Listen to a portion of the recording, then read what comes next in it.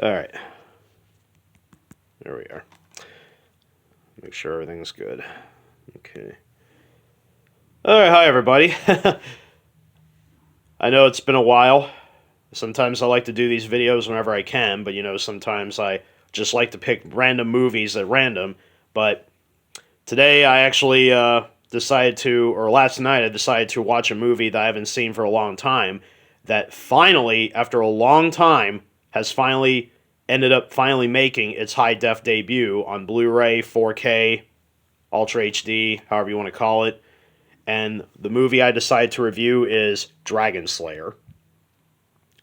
Dragonslayer is a fantasy action-adventure film that came out back in 1981, produced by Paramount, of course.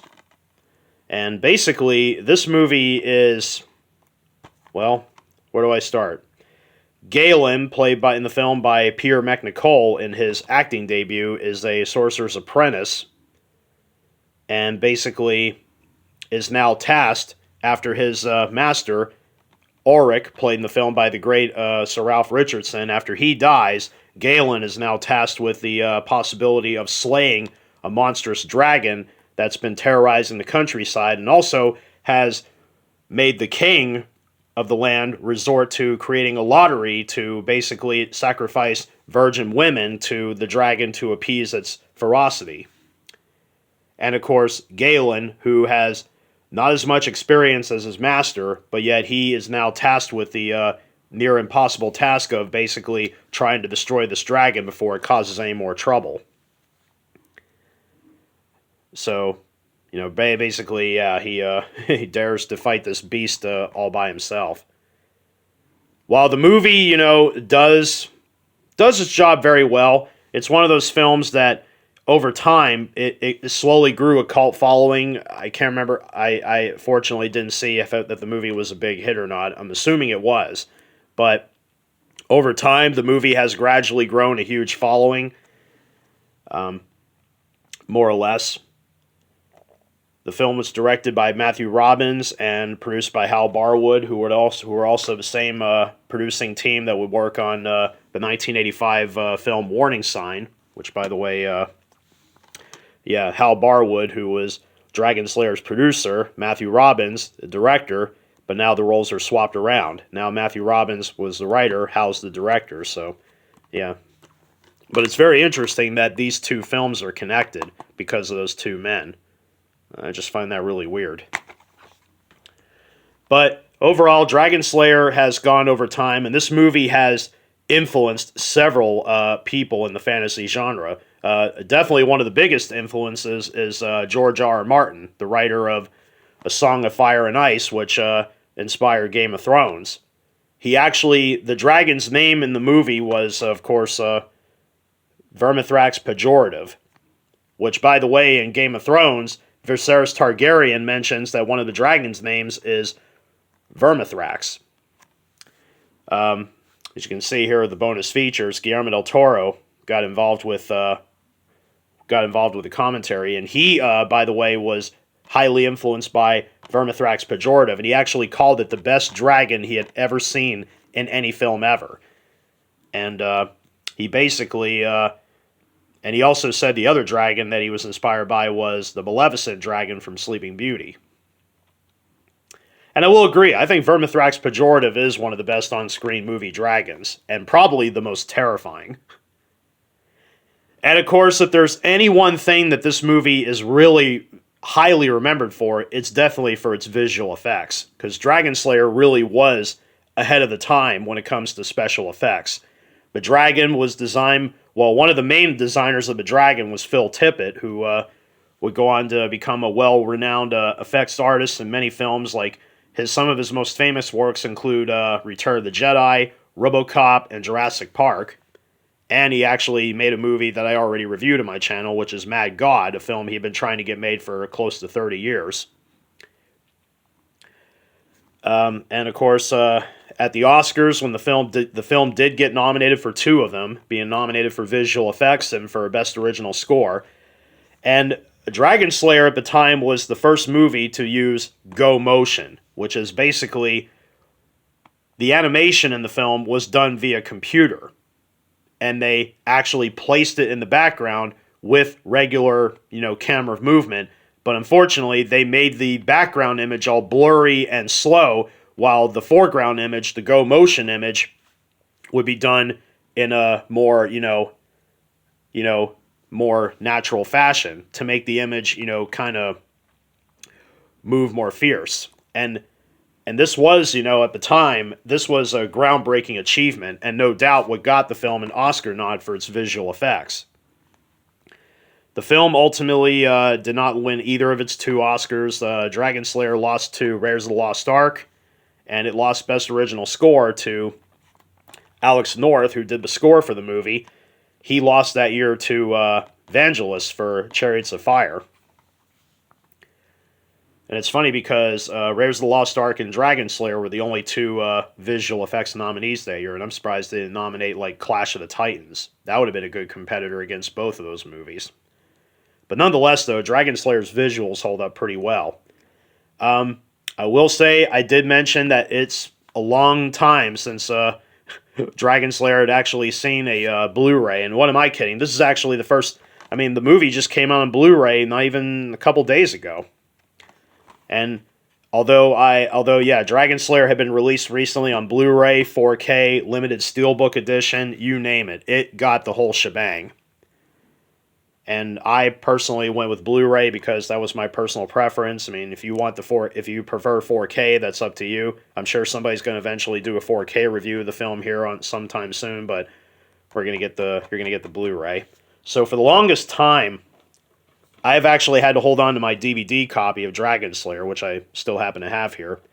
And yeah, I like how this is actually one of Paramount's original DVDs where it had the widescreen collection logo, but instead of on most of the time it'll usually be on the bottom. But I like how my copy still has the widescreen collection logo because this DVD went out of print for a while before they probably re-released it with different artwork, but I'm actually proud to say I still have the original artwork DVD of the film. The DVD release was more or less what you expect. It wasn't a terrible disc, but honestly, still some pretty beautiful artwork there on the DVD. That's pretty cool, actually. The DVD, of course, the picture is anamorphic, widescreen, and 235 by 1. So it looks pretty good for the most part. 5.1 and Dolby Surround English tracks and English subtitles, but no bonus features. It's a complete bare bones disc. The DVD came out in 2003, so this DVD is now 20 years old, believe it or not. Crazy. And yeah, 20 years later, Dragonslayer is one of those movies that just kept evading Blu-ray, and most of the time I was trying to figure out why. And a friend of mine told me that one of the biggest reasons could be distribution rights, because although Paramount was technically in a way is the prime rights holder to the movie, but also Disney worked on the film too. Wait a minute, Dragonslayer is a Disney film? I'm just playing. I know it is. I know it's a Disney film. And that could be one of the reasons why, literally, that a lot of this was probably one of the reasons why the movie took so long to actually get a high-def release, because you had these 2 companies, Paramount and Disney, literally, I'm not sure if they were clashing or whatnot, but they were probably like, I'm sure Paramount was like, look, we just need to get this movie out on Blu-ray. And not to mention, the movie has grown a huge following over time, so naturally, people wanted this film to come out. And I guess in the end, Paramount just said, well, let's give them exactly what they want, and sure enough. Now, like I said, this is about the Blu-ray, but I've spoken about the DVD, and I've said that while the DVD is good, like I said, at least the picture on the disc is anamorphically enhanced, which is nice. So the image fits the screen, but it almost looks like as if Paramount could have done a better job with the transfer, which I'm sure at the time they couldn't, but it looks like, it's one of those titles where they just kind of slap it on DVD and do the best they could with it. But Paramount definitely gave beautiful treatment to Dragonslayer on Blu-ray. Oh my god, this film looks absolutely gorgeous in high def. The visual effects sequences that appeared in the DVD kind of look grainy and, you can definitely tell they've aged, but on the Blu-ray, Oh man, it looks beautiful for a movie that's 42 years old. Yeah, 42. This movie looks absolutely fantastic in high def. Lots of detail I've never noticed before that was never you couldn't see on the DVD. And like I said, the visual effects sequences, while they looked like I said, looked primitive at best on the DVD, oh man, they shine better than ever on the Blu-ray. Literally. And I'm sure the 4K version will look way better than what the Blu-ray has to offer. But like I said, Blu-ray still impresses me more than anything else. And with 4K, you can only make a movie look so good to the point where it looks like rubber. And this like I said, it's going to show its age. For a movie made in 1981, it is going to show its age. And honestly, this looks pretty good. I'm impressed with how well the film looks. So, yeah, the Blu-ray artwork is pretty disappointing. I mean, it's got that usual Blu-ray disc that you see with most Paramount releases. And, of course, there's the digital copy sleeve for anybody that owns a copy of the film and wants the, whatnot. As for the video quality, out of 5 stars, there are a few spots where you can definitely, the image looks a bit grainy, but like I said, I will forgive it for the fact that the movie is over 40 years old, so it's going to show its age. But there are many spots in the film that look absolutely fantastic. And it's supposed to be a Middle Ages fantasy film, so it's going to have a bit of it's going to have a gritty look to it. So I will forgive it for that. And honestly, this film, the Blu-ray is very faithful to it is very faithful to the source material. So I'd say out of 5 stars, I'd say 4.5 out of 5. That's how beautiful this film looks. As for the audio, the film is given a brand new English Dolby Atmos track, which is a huge bump up from the 5.1 and Dolby Surround tracks that were on the DVD. And also we get French Mono Dolby Digital. Interesting. The Dolby Atmos track, all I gotta say about this movie is that it is loud. Very loud. I mean, there's some sound effects that sometimes I couldn't even recall from the DVD version. And I had no idea, it literally gives the film a theatrical presentation. So I would say the audio, could possibly be a smidgen better than the video. The Dolby Atmos track is loud, as I've said. The fire-breathing effects, the sound effects, just about everything. The dragon's roars, everything in this movie. The swords clashing, yeah, there's a couple of sword battle scenes, but other than that, the audio is incredible. I would say for out of 5 stars, I'd say the audio gets a solid 5 out of 5. That's how good it sounds. So definitely, in some ways, yeah, it sounds better than it looks. As for bonus features, well, it's actually great to see that Paramount has assembled a decent supplemental package here because, as I said, the original Paramount DVD had nothing, not even a trailer. But look at this. It actually does have a trailer, and it's in HD. HD trailer. Sorry, the camera got a little blurry there, kind of ruined the effect. Yeah, but look, it's in HD. I'm just kidding. Some people actually love to see the theatrical trailer as a bonus feature on any home video format. DVD, Blu-ray, 4K, you name it. But starting off, we get an audio commentary with the film director, Matthew Robbins, and with Guillermo del Toro.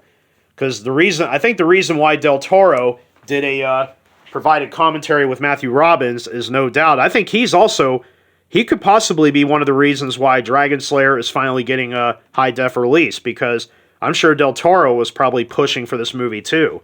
There's no doubt, I'm sure he's a big fan of this movie as well.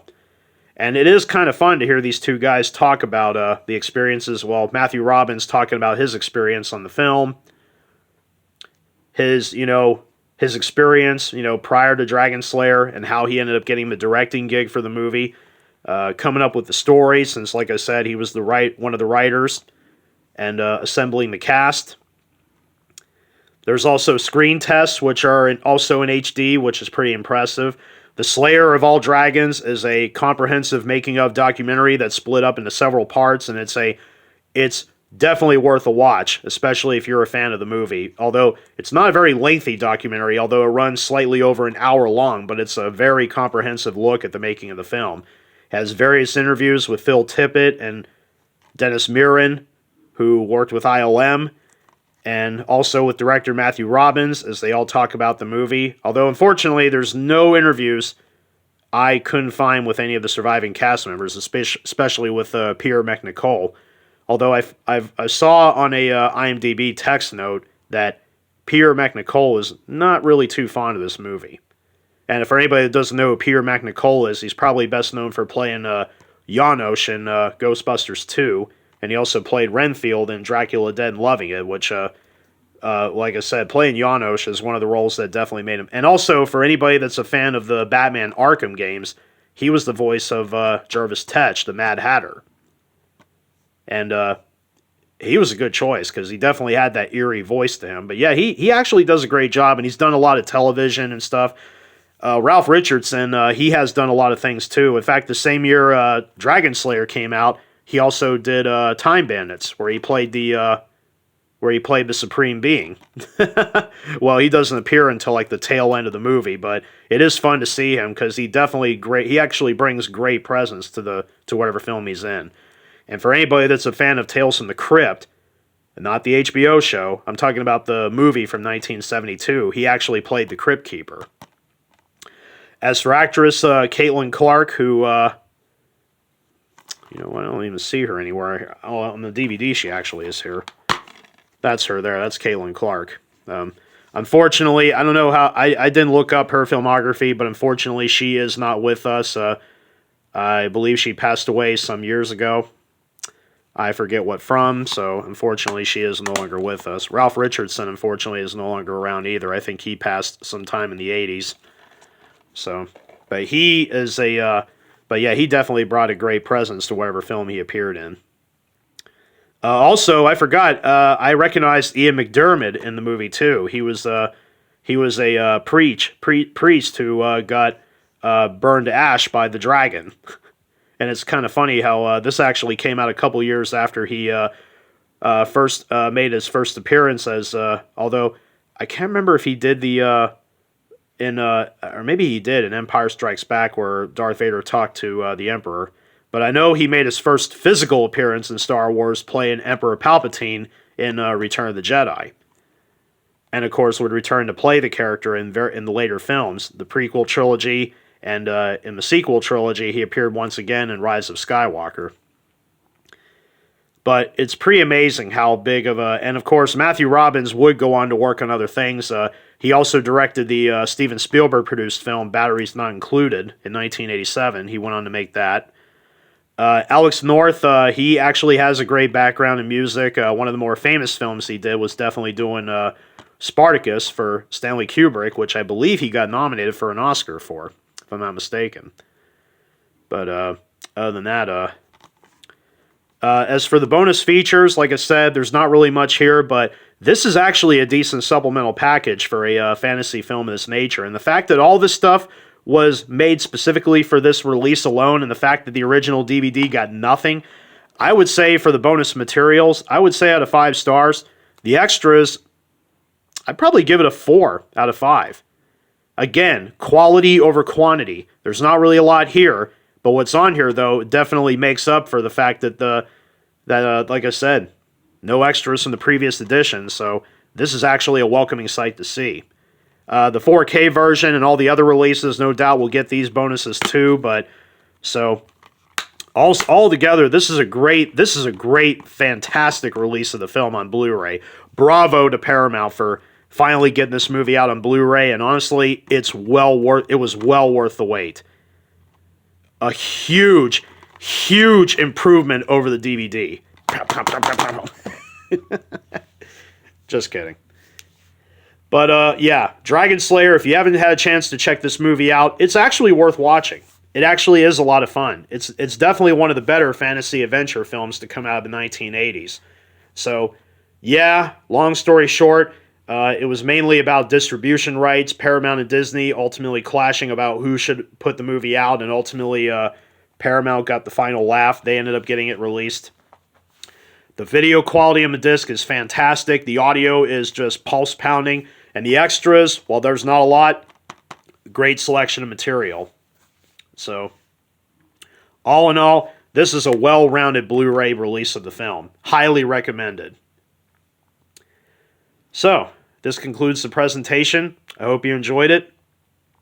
And I will try to continue to do more videos in the days to come. So it's, like I said, if I ever have the time or actually the patience to sit down and actually watch a decent movie and talk about it, I will. I mean, since I have plenty of films to, definitely have plenty of films to go through, so I have a lot to work with on my channel. So, like I said, if you like it, don't forget to hit like and subscribe to my channel. So, until then, everybody take care and be safe.